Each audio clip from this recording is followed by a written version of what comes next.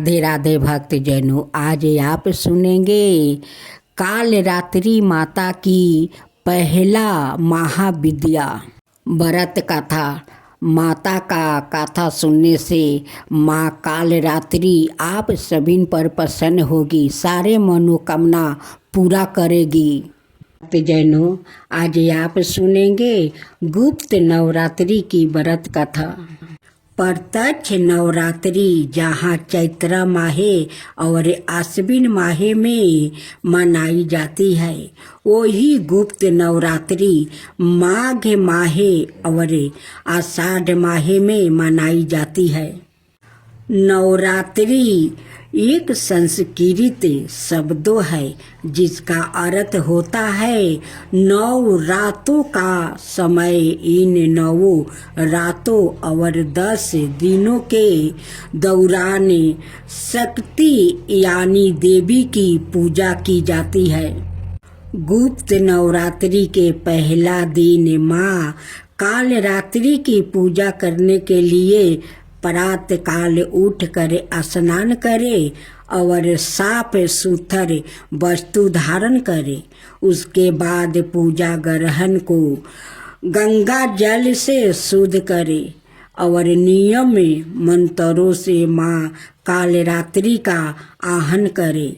इसके बाद माँ काल रात्रि की पूजा फल फूल धूप दीप जौ अक्षत केले तिल पीली सरसों आदि से करे। पूजा के समय माँ काली चालीसा कवच स्तुति का पाठ और मंत्र जप अवश्य करे। अंत में आरती अर्चना करे, सुख समृद्धि और धन संपत्ति की कामना करे। दिन भर उपवास रखे। शाम में पूजा आरती के पश्चात फलाहार करे। माँ काली की पूजा निशकाल में होती है, अतः रात्रि के समय में माँ की उपासना और मंत्र जप अवश्य करे। पौराणिक कथा के अनुसार एक बार दारुक नाम के राक्षस ने ब्रह्मा जी को प्रसन्न करने के उनसे वरदान प्राप्ति करे देवताओं और ब्राह्मणों को सताना शुरू कर दिया, साथ ही स्वर्गलोक पर कब्जा कर लिया। जिसके बाद सभी देवता अपनी मिनती लेकर भगवान विष्णु और ब्रह्मा जी के पास गया। ब्रह्मा जी ने सभी देवताओं को बताया कि इस दुष्ट का संहार एक स्त्री के द्वारा ही हो सकता है। यह सुनकर सभी देवता भगवान शिव के पास गया और उन्होंने भगवान शिव को पूरी बात बताई। देवताओं की बातों को सुनने के बाद भगवान शिव ने माता पार्वती की ओर देखा। माता पार्वती इस पर मुस्कुराई और अपना एक अंश भगवान शिव में प्रवाहित कर दिया, जिसके बाद भगवान शिव के कंठ से विष से उस अंश ने अपना आकार धारण किया। उसके बाद भगवान शिव ने अपना तीसरा नेत्र खोल दिया। उसके इस नेत्र से विकराल रूप वाली माँ काली उत्पन्न हुई।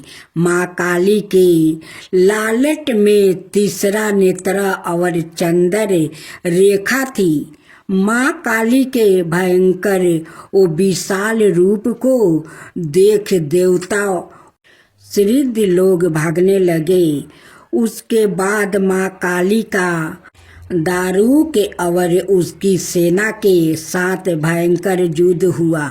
माँ काली ने सभी का वध कर दिया, लेकिन माँ काली का क्रोध शांत नहीं हुआ और माँ काली के इस क्रोध से संसार भी जलने लगा। यह सब देख भगवान शिव ने एक बालक रूप धारण किया और शमशान में लेट कर रोने लगे। जिसके बाद माँ काली उन्हें देखकर मोहित हो गई। इसके बाद माँ काली ने बालक रूपी भगवान शिव को अपने गले से लगाकर अपना दूध पिलाया, जिसके बाद उनका क्रोध भी शांत हो गया। अब सुने सूरथ राजा की कथा। बहुत पहले की बात है। सूरथ नाम के एक राजा थे जो प्रजा का अपने पुत्रा की तरह पालन करते थे। एक समय सूरत राजा की दुश्मनी कोला विध्वंसी नाम के क्षत्रियों से हो गई। युद्ध में सेना की संख्याएं अधिक होने के बावजूद भी राजा सूरत कोला विध्वंसियों से हार गया और केवल अपने ही नगर के राजा बनकर रहने लगा, जो अति सुरक्षित था। वहाँ भी उनके दुष्ट मंत्रियों ने शत्रु से हाथ मिला लिया और उनसे नगर का राजकाज हथिया लिया। इससे राजा सूरथ अति दुखी हो गया और वो अपने पत्नी पुत्र को नगर में ही छोड़कर एक घोड़े पर बैठकर शिकार खेलने के बहाने घने जंगल में चला गया। उस जंगल में जाकर वो मेघ मुनि के आश्रम पर रुके, जहाँ पर मुनि ने आदर सत्कार के साथ उनका स्वागत किया और रहने के लिए एक कुटिया भी दिया। समाधि नाम का एक अत्यंत ही धनवान कुल का वेश्या था। उसकी धर्म में बड़ी आस्था थी। वो सादा दुखी लोग की सहायता करता है, उनके कष्ट दूर करने का प्रयास करता। सादा सत्य बोलना उसका स्वभाव ही था। उनके पत्नी और पुत्र अत्यंत ही लोभी थे। धन के लोभ में आकर समाधि के पत्नी और पुत्र ने उसे घर से बाहर निकाल दिया था। इसी कारण बस से समाधि नाम का वेश्या अपना घर और गांव त्याग कर घने जंगल में आ गया था और वो भी मेघ ऋषि के उसी आश्रम पर रहने लगा था, जहाँ पर सूरथ नाम के राजा भी अपने राज्य को त्याग कर निवास कर रहे थे। ऋषि वर के आश्रम पर रहते हुए समाधि नाम के वेश्या सादा इस चिंता में लगे रहते थे कि उनकी पत्नी और पुत्र किस हालत में होंगे और उन्हें किसी तरह की समस्या तो नहीं होगी, वो लोग कष्ट तो नहीं भोग रहा होगा। मेघ ऋषि के आश्रम पर रहते हुए राजा सूरथ एक दिन पेड़ के नीचे बैठे थे। वो बहुत ही चिंतित थे। उनके मन में सदा यही चिंता लगी थी कि मेरा राज्य कैसे होगा, पता नहीं। बहुत मेहनत से कमाया हुआ मेरा धन है, अब वहाँ के राजा कैसे खर्च कर रहे होंगे। हो सकता है वो लोग बेकार के कामों में मेरा धन बर्बाद कर रहे होंगे। जो धन मैं दान धर्म में लगाता था, अब शायद वो धूर्त मलेच्छ शराब पीने में और जुए खेलने में लगाते होंगे, क्योंकि उन धूर्त मलेच्छ की धर्म में कोई स्थान नहीं होती। वो लोग जो कभी मेरे पीछे पीछे चला करता था, शायद आज उन मैं राजाओं और मंत्रियों के पीछे पीछे चलते होंगे।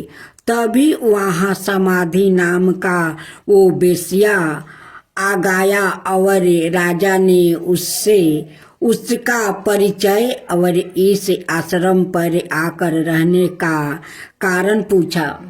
उस वेश्या ने कहा, राजन, मेरा नाम समाधि है।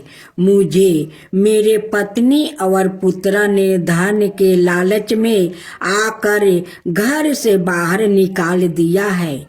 फिर भी मेरा मन उन्हीं की चिंता में लगा है।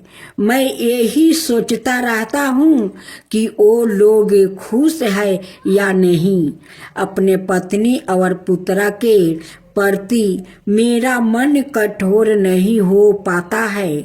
मैं यहाँ बात अच्छी तरह से जानता हूँ कि इनका गुणों में दोष है, फिर भी मेरा मन उन्हीं के चिंता में लगा है। किसी कारणवश मेरे मन को तनिक भी चैन नहीं है और मैं बहुत ही चिंतित हो गया हूँ। दुराचारी और दुष्ट लोग भी अपने परिजनों का त्याग नहीं कर पाते हैं।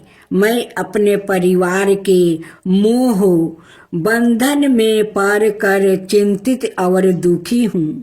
समाधि नाम के वेश्या की अपने परिवार के प्रति ऐसे चिंता देख कर राजा सूरत कहते हैं, जिन लोग ने धन के लालच में आकर तुम्हें घर से बाहर निकाल दिया है, उन्हीं के प्रति तुम्हारे मन में इतना स्नेह है, यह बड़े आश्चर्य की बात है। मेरी भी यही परिस्थिति है, जो राज्य अब मेरा है ही नहीं। मेरा मन भी सदा उसी के विचार में लगा रहता है। मैं सदा इसी विचार में डूबा रहता हूँ कि मेरा अति परिश्रम से कमाया हुआ धन वो नए राजा किसी प्रकार से खर्च कर रहे होंगे और जो लोग मेरे पीछे पीछे घूमा करता था, आज उन राजाओं के पीछे पीछे रहे होंगे। ओ हाथी जिसे मैंने बहुत प्यार से पाल रखा था, पता नहीं उसका ध्यान रखा जा रहा होगा या नहीं। यूं बातचीत करके उन दोनों ने निश्चित किया कि वो सुमेधा मुनि से अपने इस मौका का कारण और दुख निवारण के उपाय पूछेंगे। अगले दिन राजा सूरत और समाधि नाम का वेश्या मेध ऋषि के पास जाकर अपने मोह और दुख का कारण पूछते हैं। तब ऋषि वर उन्हें कहते हैं कि संसार के सारे प्राणी भगवती महामाया की माया से मोहित है।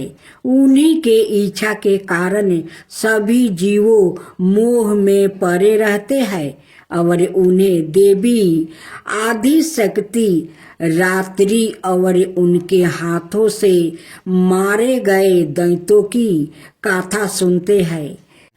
मेधा ऋषि राजा और वेश्या को देवी के प्रसंग में मधु कटवा का वध, महिषासुर का वध, धर्मलोचन का वध, चंड मुंड का वध और शुभ नशुभ के वध की कथा सुनते हैं। देवी की यह सारी कथाएं सुनकर राजा और वेश्या के मन में देवी के प्रति भक्ति जागृत होती है और वो दोनों मेधा ऋषि से देवी की पूजा विधि और नवारण मंत्र जानकर उनकी ज्ञान लेकर जंगल में जाकर भगवती की आराधना आरंभ करते हैं। 1 महीने तक वो दोनों देवी के हाथ से मारे गए दैत्यों से संबंधित चित्रा का पाठ करते हैं, जिससे उनके मन में अटूट श्रद्धा जागृत हो जाती है। अब उन दोनों का देवी की उपासना के अतिरिक्त दूसरा कोई कार्य नहीं था। 1 बरस तक वो देवी के मंत्र का जप करते हैं और केवल फल खाकर ही रहते हैं। दूसरे बरस में वो केवल सूखे पत्ते खाकर देवी की पूजा और मंत्र जप करते हैं। तब उन दोनों को देवी सपने में दर्शन देती है। अब वो देवी की साक्षात दर्शन पाने की इच्छा से तीसरे बरस में वो केवल हवा से ही जीवित रहकर देवी की उपासना करते हैं।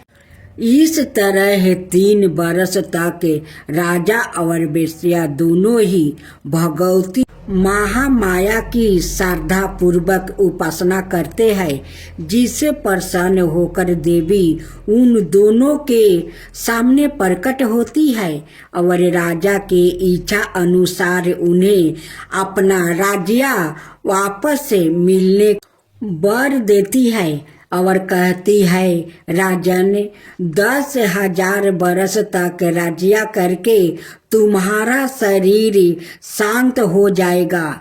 उसके बाद तुम सूर्य के पुत्र बनकर सवरीन नाम के मनु बनेंगे।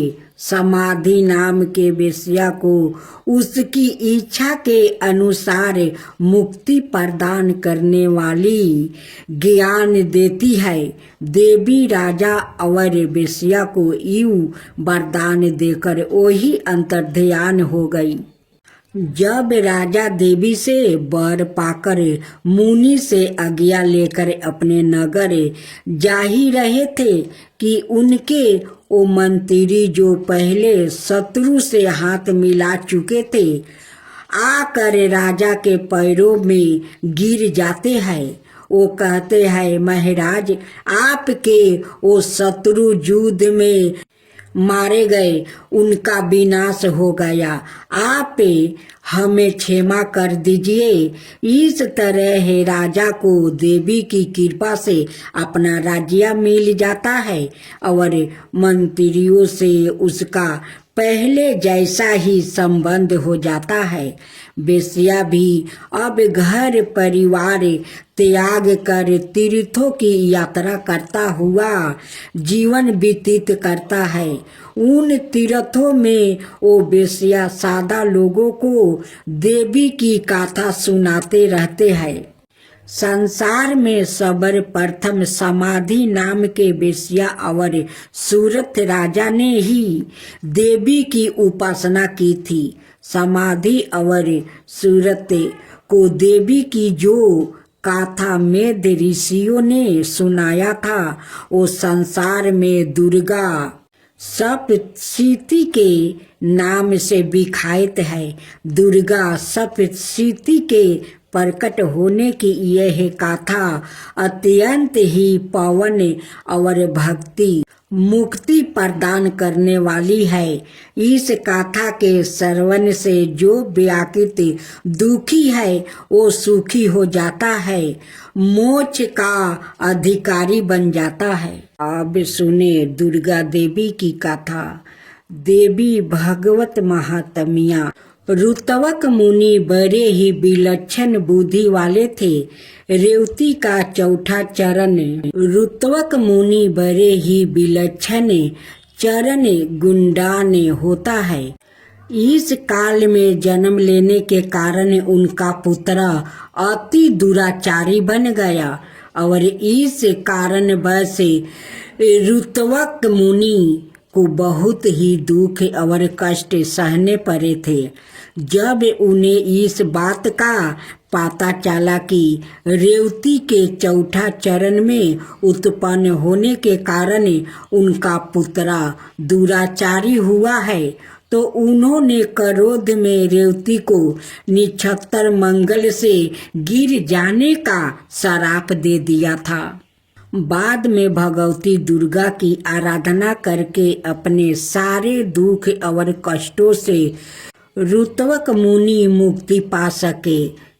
ऋत्विक मुनि के श्राप के कारण रेवती नक्षत्र का तेज कुमुदगिरी पर गिरा। उस तेज से एक कन्या उत्पन्न हुई। परामुच ऋषि ने बालिका को लेकर उसका नाम रेवती नाम रखा और उस बालिका का पालन पोषण किया।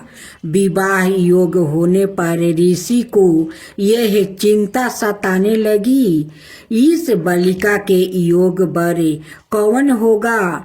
तब उन्होंने अग्निदेव से प्रार्थना की कि वो इसके योग वर का नाम बताए। अग्निदेव ने कहा कि राजा दुर्दम में इसके योग वर है। उसी समय देव बस दुर्दम राजा मुनि के आश्रम पर आ गया और उन्हें देखकर मुनि को अति हर्ष हो गया। मुनि ने राजा से अपनी कन्या को स्वीकार करने का आग्रह किया। उसके लिए राजा भी मान गया। मुनि की पुत्री रेवती ने यह हठ किया कि उनका विवाह रेवती नक्षत्र में ही संभव हो, किंतु मुनि कहा पुत्री रेवती नक्षत्र तो आकाश से गिर गया है, उसमें तुम्हारा विवाह कैसे संभव है।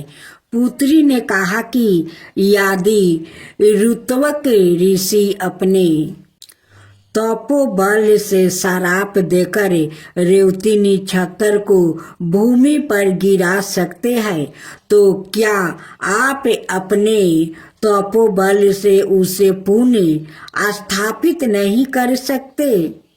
पुत्री की यह बात सुनकर मुनि ने रेवती नक्षत्र को आकाश में स्थापित कर दिया। बाद में राजा दुर्दम्य से कहा, महाराज यदि कुछ पाने की इच्छा हो तो हमें बताइए, मैं उस पुण्य करने का प्रयत्न अवश्य करूँगा।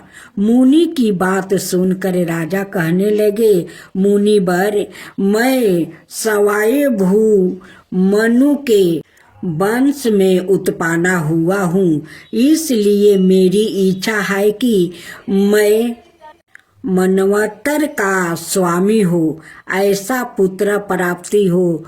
परामुच ऋषि ने कहा, राजन, आप अपनी इस इच्छा की पूर्ति के लिए भगवती दुर्गा की आराधना कीजिए और देवी भगवती पुराण का स्मरण कीजिए, इससे आपकी इच्छा पूर्ति हो जाएगी। तत्पश्चात राजा ने मुनि की पुत्री रेवती से विवाह किया और अपने राज्य को लौट आया। कुछ समय बाद लोमस ऋषि उनके राज्य को पधारे। तब राजा ने लोमस ऋषि से प्रार्थना की कि वो उन्हें मनवंतर के स्वामी बनाने वाला पुत्र पाने के लिए श्रीमद देवी भागवत का श्रवण कराए। तब महर्षि लोमस ने अति प्रसन्न होकर कहा, महाराज, तुम धन्य हो जो भगवती में भक्ति रखने वाली यह बुद्धि तुमने पाली है। बाद में महाराज को उनकी पत्नी रेवती की सहित श्रीमद देवी भागवत का कथन सुनाया। राजा ने इस अवसर पर अनेक ब्राह्मणों को भोजन कराया और उन्हें दान में अनेक अमूल्य वस्तु और आभूषण भी दिया। कुछ समय बाद देवी रेवती ने गर्भ धारण किया और उन्होंने एक पुत्र उत्पन्न किया जिसका नाम रखा गया रेवत, जो आगे चलकर ब्रह्मा के आदेश से मनवंतर के स्वामी हो गया था। रेवत के माता पिता की श्रीमद देवी भागवत सौरन मात्रा से ही वो मनवंतर की स्वामी हुआ था।